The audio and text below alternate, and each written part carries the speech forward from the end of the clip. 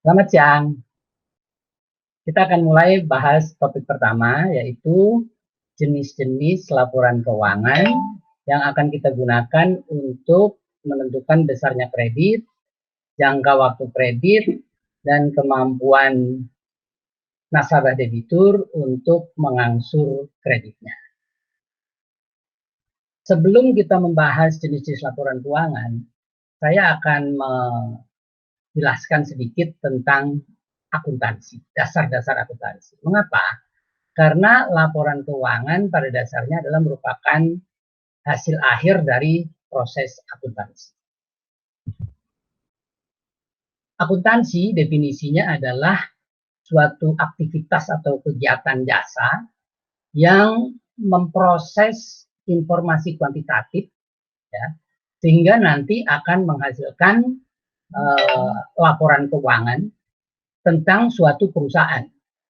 Dalam hal ini yang akan kita bahas adalah perusahaan debitur kita, yang nanti akan kita gunakan untuk mengambil keputusan ekonomi. Keputusan ekonominya yang akan kita lakukan adalah apakah kita akan memberi kredit kepada debitur ini atau kita tidak berani memberikan kredit, kan? Atau kalau kita jadi memberikan kredit, jangka waktunya berapa, angsurannya mulai bulan apa dan berapa besar, itu semua nanti kita ambil keputusannya berdasarkan laporan keuangan. Nah, laporan keuangan sendiri adalah suatu hasil dari proses akuntansi. Ada 3 macam laporan keuangan. Yang pertama adalah laporan posisi keuangan. Yang kedua adalah laporan laba rugi, atau sekarang disebut dengan laporan laba rugi komprehensif. Yang ketiga adalah laporan arus kas. Laporan posisi keuangan, ini yang pertama, yaitu laporan posisi keuangan. Ini di masyarakat lebih dikenal dengan istilah neraca. Neraca. Jadi kalau Anda mendengar kata neraca, itu sekarang istilah resmi yang dipakai adalah laporan posisi keuangan. Kemudian yang kedua adalah laporan laba rugi. Laporan laba rugi. Nah, sekarang istilah resminya adalah laporan laba rugi komprehensif. Nah, kemudian laporan keuangan yang jenis ketiga adalah laporan arus kas. Kita mulai dari yang pertama, yaitu laporan posisi keuangan atau yang disebut dengan neraca. Laporan posisi keuangan atau neraca ini menggambarkan posisi keuangan perusahaan. Nah, sekarang apa itu posisi keuangan perusahaan? Posisi keuangan adalah banyaknya aset, banyaknya hutang, dan banyaknya modal di perusahaan pada suatu tanggal tertentu atau pada suatu saat tertentu. Itu adalah neraca. Jadi neraca ini menggambarkan berapa banyak aset atau harta yang dikelola oleh perusahaan untuk kegiatannya sehari-hari dalam rangka menghasilkan penjualan dan akhirnya nanti memperoleh laba. Jadi intinya neraca itu menggambarkan berapa banyak harta atau sumber daya yang dipergunakan oleh perusahaan untuk menghasilkan laba. Kemudian di neraca juga menggambarkan kewajiban atau hutang. Jadi ini mencerminkan berapa banyak dana milik orang lain. Dana milik orang lain yang digunakan untuk mengelola perusahaan. Yang ketiga adalah ekuitas. Ekuitas atau modal, yaitu dana yang dimiliki oleh pemilik perusahaan. Jadi perusahaan dalam mengelola perusahaan itu dikelola dengan dua sumber dana. Sumber dana yang pertama adalah berasal dari pemilik. Sumber dana yang kedua adalah berasal dari selain pemilik.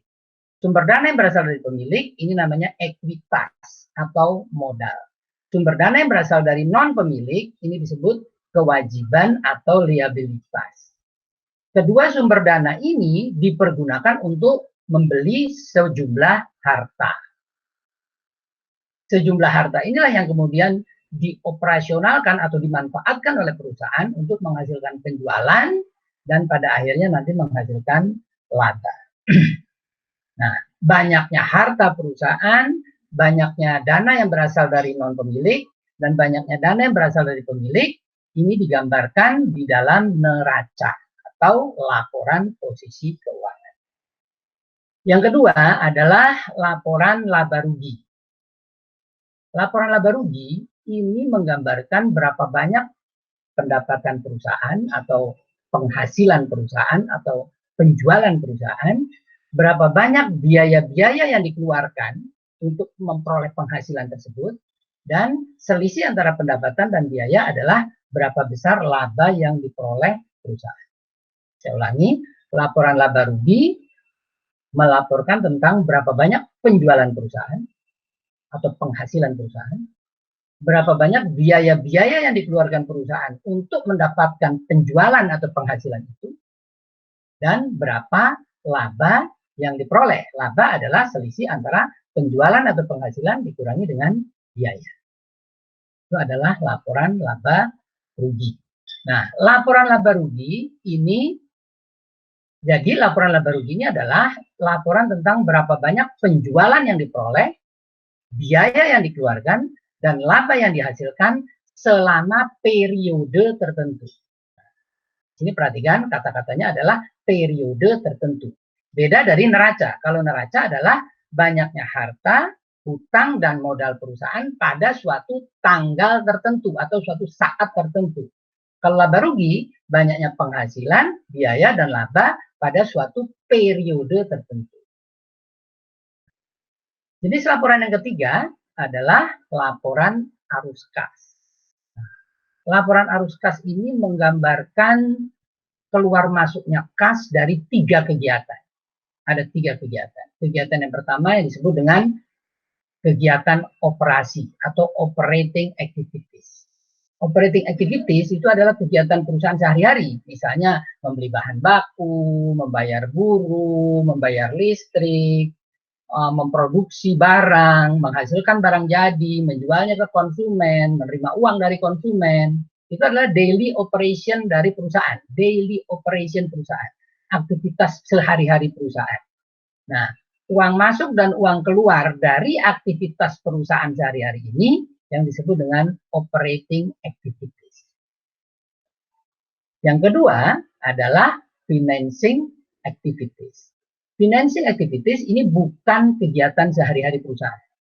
Apa itu financing activities? Misalnya perusahaan mendatangi bank untuk memperoleh kredit.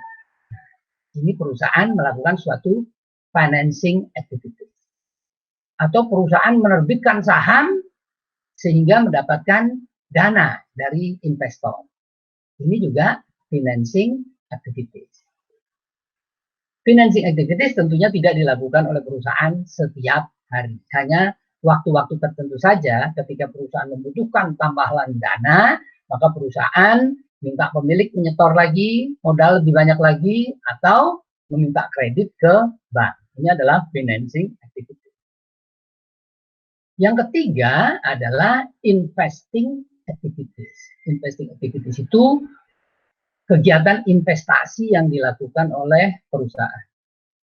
Sama dengan financing activities tadi, investing activities juga bukan kegiatan yang dilakukan perusahaan sehari-hari.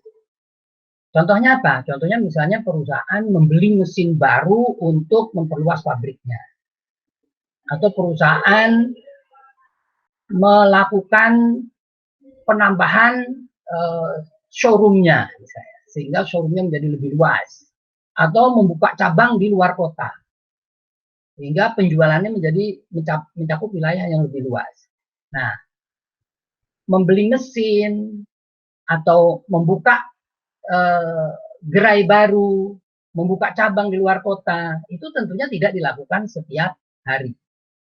Ini dilakukan hanya suatu ketika saja ketika perusahaan merasakan perlu melakukan ekspansi. Nah, kegiatan seperti ini disebut investing activities. Sama dengan laporan laba rugi, laporan arus kas juga melaporkan operating activities, financing activities, dan investing activities selama periode tertentu. Jadi perhatikan dari 3 laporan keuangan ini, neraca atau laporan posisi keuangan itu per tanggal. Sedangkan laporan laba rugi dan laporan arus kas itu per periode. Oke, ini keseluruhan laporan keuangan yang lengkap. Ya. Jadi laporan keuangan kalau secara lengkap itu ada 5 sebetulnya.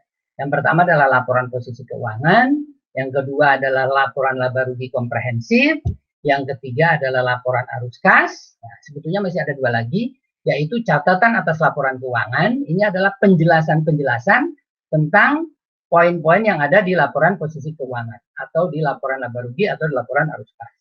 Kemudian laporan komitmen dan kontingensi, ini adalah laporan tentang hutang-hutang perusahaan yang mungkin harus dibayar tapi belum dicatat di neraca. Oke, karena kita akan fokus pada bagaimana memanfaatkan laporan keuangan untuk menentukan besarnya kredit dan jangka waktu kredit, maka untuk kali ini kita hanya membahas nomor 1 sampai nomor 3, yaitu laporan posisi keuangan atau neraca, laporan laba rugi komprehensif, dan laporan arus kas. Untuk 2 jenis laporan berikut kita belum akan bahas. Nah, ini adalah persamaan dasar akuntansi. Ya, sebetulnya ini menggambarkan apa yang saya jelaskan tadi, bahwa perusahaan itu dalam mengelola perusahaannya, dia menggunakan 2 sumber dana, yaitu sumber dana yang berasal dari non pemilik atau dari kreditur, yang berasal dari pemilik, dua-duanya digabung kemudian dibelikan aset. Aset inilah yang dipergunakan oleh perusahaan untuk menghasilkan pendapatan. Ketika berkegiatan untuk memperoleh pendapatan itu, perusahaan pasti keluar biaya. Nah, selisih antara pendapatan dan biaya itu akan menghasilkan laba kalau dia untung, tapi bisa juga rugi kalau biayanya lebih besar daripada pendapatan. Nah, kemudian nanti laba itu akan menambah ekuitas atau menambah hak pemegang saham. Sedangkan kalau terjadi rugi akan mengurangi ekuitas atau mengurangi hak pemegang saham. Misalkan begini, misalkan perusahaan baru didirikan, pemilik setor misalnya 20. Pemilik setor 20, lalu pinjam dari bank misalnya 80. Sehingga perusahaan sekarang punya dana 100. 80 dari non pemilik, 20 dari pemilik.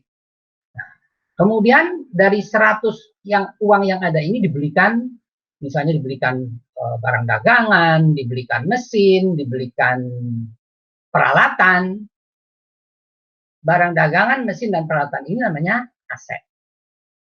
Oke, nah tentunya nilai barang yang dibeli ini semua sama dengan 100 karena uang yang tersedia tadi 100. Nah, kemudian misalkan perusahaan ini mulai beroperasi, melakukan kegiatan ya, membeli bahan baku, mengolahnya, menjual, diperoleh pendapatan misalnya 30. Nah, sementara itu dia keluar biaya-biaya misalnya 20. Berarti kan ada laba 10. Nah, laba ini menjadi haknya siapa? Laba itu akan menjadi haknya pemilik perusahaan. Karena itu dia nanti akan menambah ekuitas.